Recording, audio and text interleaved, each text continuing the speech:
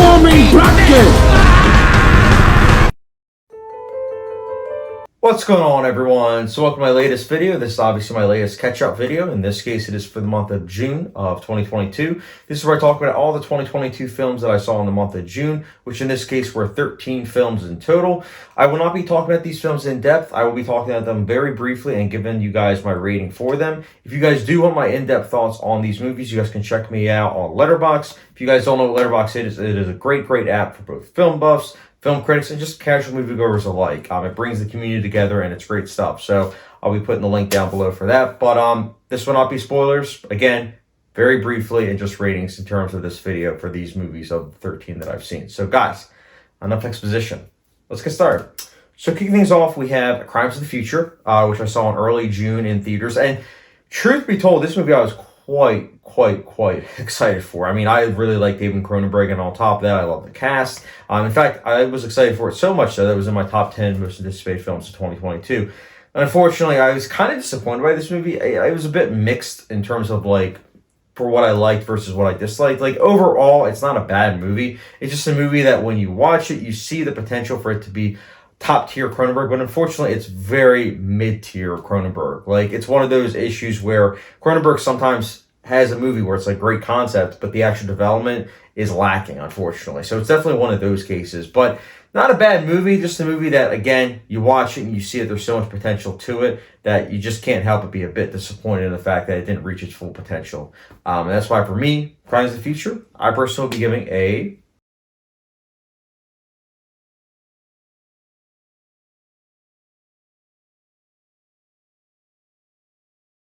So next up, we have Watcher. This is a movie that stars Maika Monroe, the star of course, It Follows.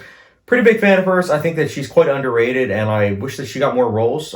This is an independent horror film, and I will say this right off the bat.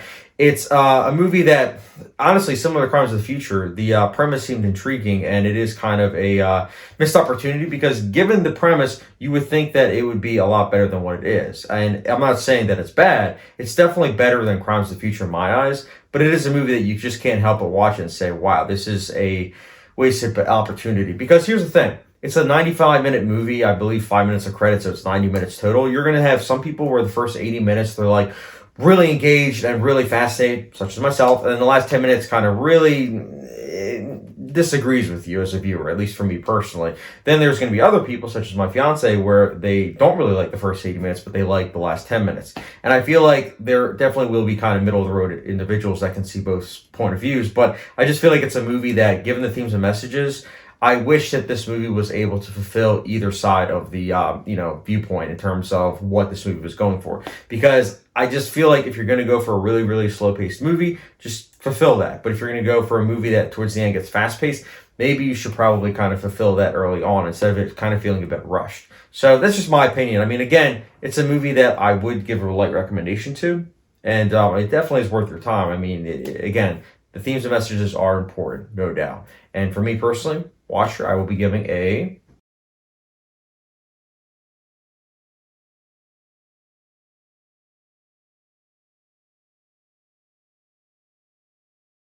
Next up, we have Operation Mincemeat. This is a movie that is one of those Netflix movies that, unfortunately, I gotta say, I'll be blunt. You put this on the background. That's it. It's a very disposable movie. And that's the thing. I mean, the Netflix in a nutshell has been like that. They've made very disposable movies. They don't get me wrong. They make a lot of good movies at times. But most of the time, it's unfortunately like Operation Mincemeat, where it's like, ah. And that's why, for me personally, Operation Mincemeat, I will be giving a Next up, we have Hustle, which, speaking of Netflix, is a Netflix movie. Hustle stars Adam Sandler, who's, of course, good. I also liked the basketball aspect. I thought that was intriguing. But at the end of the day, this movie is a typical aspiring sports movie. It's not necessarily a bad thing. It's just a movie that, for me personally, I think that it could have done a bit more. There are definitely things in this movie that have elements of potential. But when you see this movie actually play out, and by the end, it's kind of like, whatever. It's just a feeling of, And that's, again, not a bad thing, because I do know quite a bit of people that do like this movie. It's just a movie that, for me personally, I think the sports genre, maybe I'm just a bit too critical on. I don't know, but I just feel like, given the genre, it is pretty disposable. I honestly think it's one of those kind of like movies that people will mention and they'll be like, "Did I watch that?" And you go on Letterboxd and it's like, "Oh yeah, I did watch it." So for me, Hustle, not necessarily a bad movie, just again pretty forgettable, and that's why I personally would be giving a.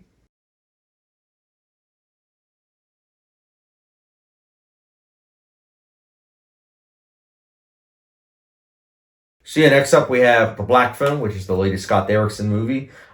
This movie I actually quite liked. I like Ethan Hawke. Scott Derrickson I think is a solid director, and this is definitely one of those movies that you watch and you just say to yourself, "Wow, it's nice to have a movie like this that's really, thrilling and at the same time does have some chills here and there, but it also knows what it is and it does it really, really well." And I like that because some of these entries that I mentioned previously, you could argue where it's like it knows what it is and it does a great job with that. But I personally would disagree with those other, statements for those other movies. But in this case, I think The Black Phone knows what it is, and it actually does it really quite well. And I think that Scott Derrickson really is working in his wheelhouse because he does like doing horror movies. And when he does horror movies, I feel like those are the ones that usually thrive.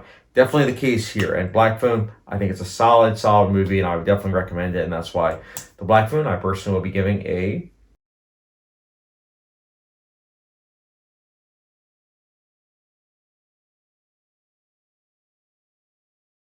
So next up we have Cyrano. This is a movie that stars Peter Dinklage, and it's also Joe Wright directing.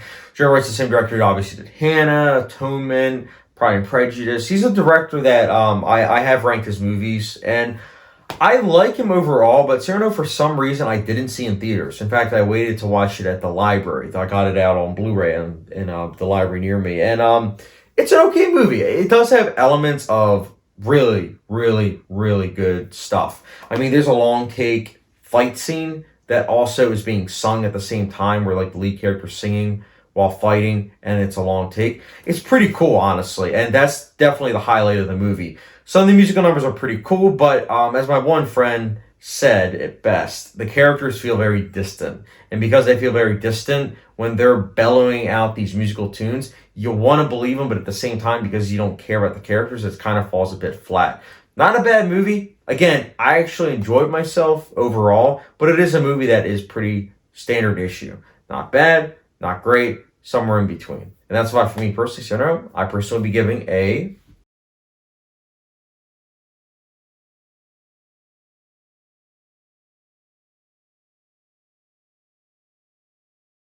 Next up, we have Master, which is an Amazon Prime movie that I first heard about, I believe it was May, added to my Prime watch list, and for some reason I just never watched it in the month of May, but June, not gonna lie, I guess because it was like halfway into the year, I saw something on the internet. It was like a top 10 best films of 2022 so far, and just out of curiosity, I clicked on it, and this was one of the movies that was on there, so I said to myself, okay, watch it for the month of June, and I'm not gonna lie, I can definitely see why someone would put this on their top 10 films of the year so far, because Master is a really good film. I quite liked it. It does have some issues for sure, but it is a movie that watching, I said to myself, wow, I can see myself rewatching this film because the directing, the filmmaking, the cinematography, oh my goodness, it's really good. The score, which I looked up who did the score, and it makes sense as to why it's so good. It's the same person that did the composing for the movie Candyman, which I think Candyman's score is great, very underrated. But similar to Candyman, there are going to be a lot of individuals that will watch Master,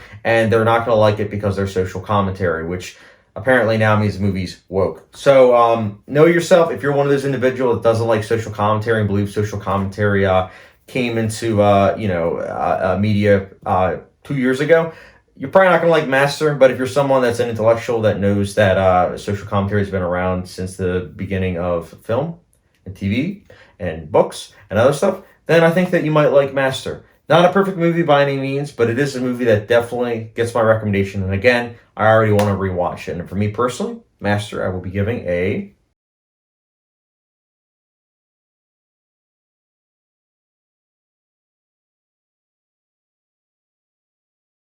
So next up, we have Spiderhead. This is yet another example of a 2022 movie that started out strong and has progressively got worse. Spiderhead definitely wastes its opportunity in terms of that premise. The premise feels like something along the lines of Ex Machina, but by the end, it's a schlocky sci-fi movie. Not a fan of that. Not a fan of that in the slightest. I like the acting, I like the way it's shot, but unfortunately, the story, characters, plotting, pacing leaves a lot to be desired. Again, not a bad movie, middle of the road, and hint of disappointment, I will say, for Spiderhead, which is why, for me personally, Spiderhead, I would be giving a.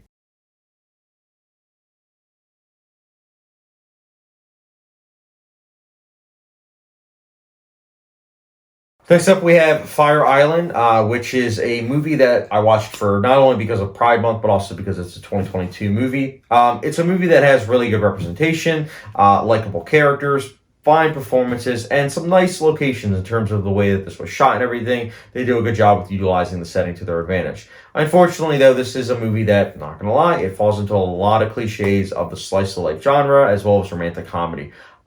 If you're looking for a movie that is just kind of like a feel-good movie, then I think you'll really like it. But if you're looking for a movie that has good representation and is just high quality, you're not really gonna probably like this movie. You'll feel kind of like myself, kind of middle of the road. Not a bad movie, just a movie that definitely is kind of like middle of the road, which for some might be fine. For me, whatever. For me personally, Fire Island, I would be giving a.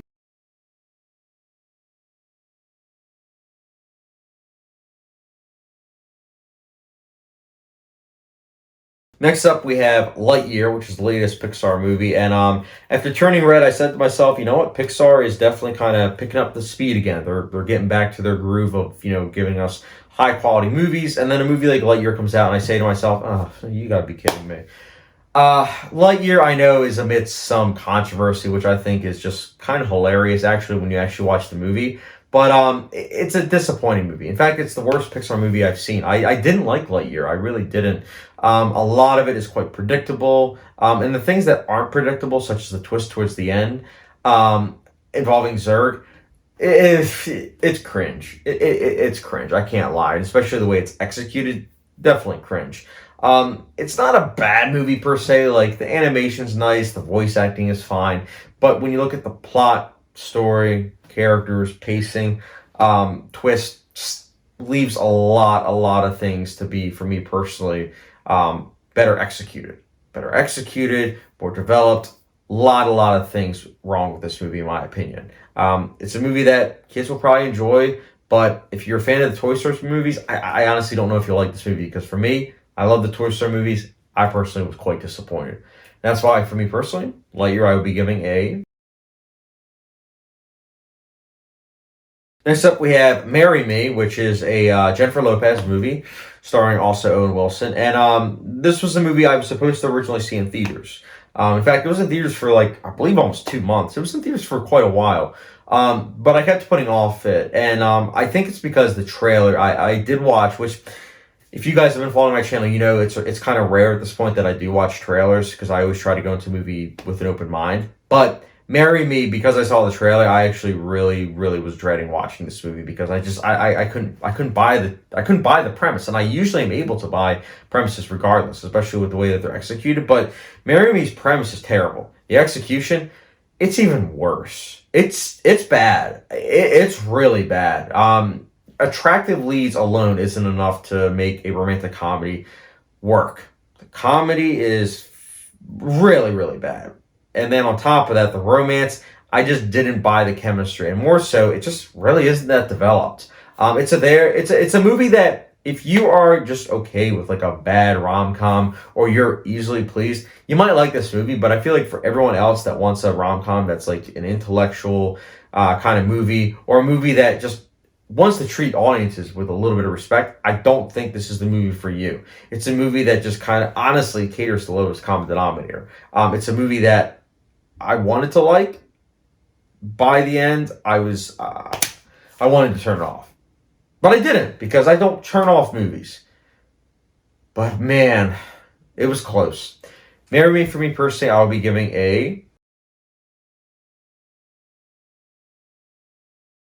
So next up, we have Elvis, which is the latest Baz Luhrmann movie. The same director that gave us Great Gatsby, Moulin Rouge, and a slew of others.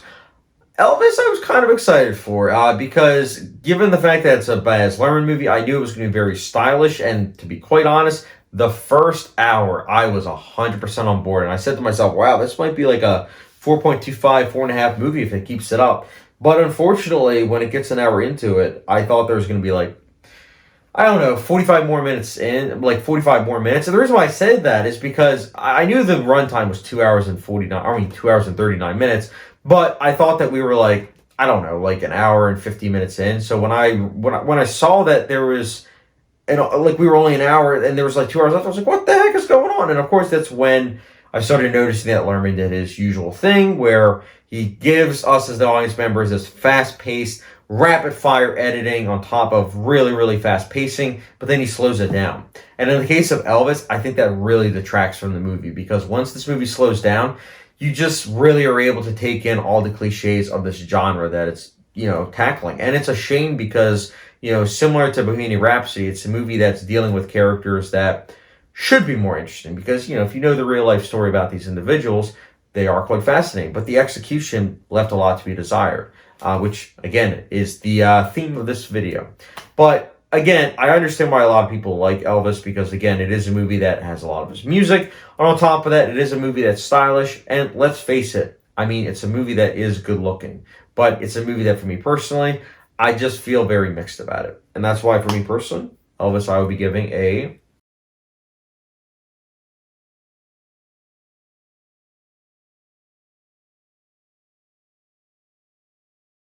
And last but not least, we have Vortex, which is the latest Gaspar Noé movie. And I thought this was okay. I think that it's a movie that doesn't really warrant the runtime. I think that 45 minutes could have easily been cut from this movie, similar to, honestly, Elvis. But Vortex is a movie that it is really good in terms of the filmmaking. Like the split screen, shot composition is just really something. The different camera angles during the sequences also I thought was really cool. His I call it eyelid editing because it literally looks like like when you blink and your eyelid kind of goes like that. That's what it kind of feels like with the way that he edits his movies. This has that style to it, and I think that in this case it makes sense. But I can't lie that when it occurred, I was able to register that he's doing that simply because he wants to kind of cover up like a cut for one side of the split screen and as opposed to the other. So he kind of has to do do it for both. I don't know. It's a movie that I can see why some people really like it because based on Letterboxd, I see a lot of people love this movie. But for me, again, I really felt the length and I feel like that really kind of detracted from the movie for me personally. But it's a finely acted movie. It's really well shot. I also like the sparse sound design, and it's a movie that's also very restrained. Gaspar Noé is not really a director that's known for that, but it's a very restrained movie, and it feels very personable. So I like that aspect. But overall, Vortex, I personally would be giving a...